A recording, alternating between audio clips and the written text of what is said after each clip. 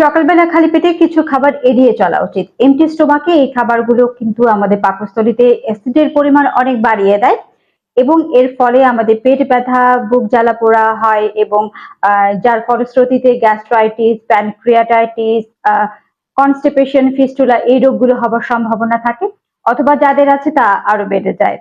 তো এই খাবারগুলো কি? এই খাবারগুলো হচ্ছে অতিরিক্ত তেলে ভাজা এবং মশলাযুক্ত খাবার, যা কিনা আমাদের পাকস্থলীতে ইনফ্লামেশন তৈরি হয় এবং অনেক বেশি অ্যাসিড তৈরি করে।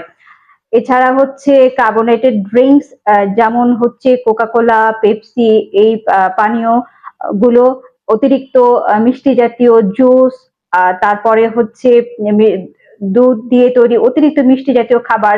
এই খাবারগুলি কিন্তু আমাদের অ্যাপেটাইট লস করে এবং পাকস্থলীতে হজমের ব্যাঘাত ঘটায়। এছাড়া সাইট্রাস ফ্রুটস যেমন কমলা লেবু, আঙ্গুর, পেয়ারা, লেবু এই খাবারগুলো কিন্তু আমাদের পাকস্থলীতে অ্যাসিডের পরিমাণ আরো বাড়িয়ে দেয়।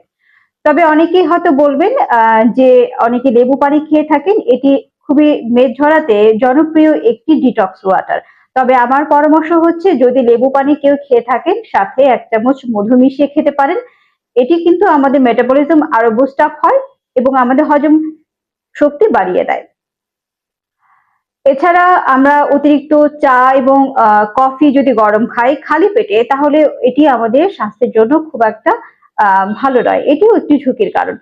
তো এই খাবারগুলো যদি কারো খুব পছন্দ হয়ে থাকে, সকালে নাস্তার শেষে এই খাবার খেতে পারেন। তবে এমটি স্টোমাকে এই খাবারগুলি না খাওয়াই ভালো। সবাই ভালো থাকুন, সুস্থ থাকুন। আল্লাহ হাফেজ।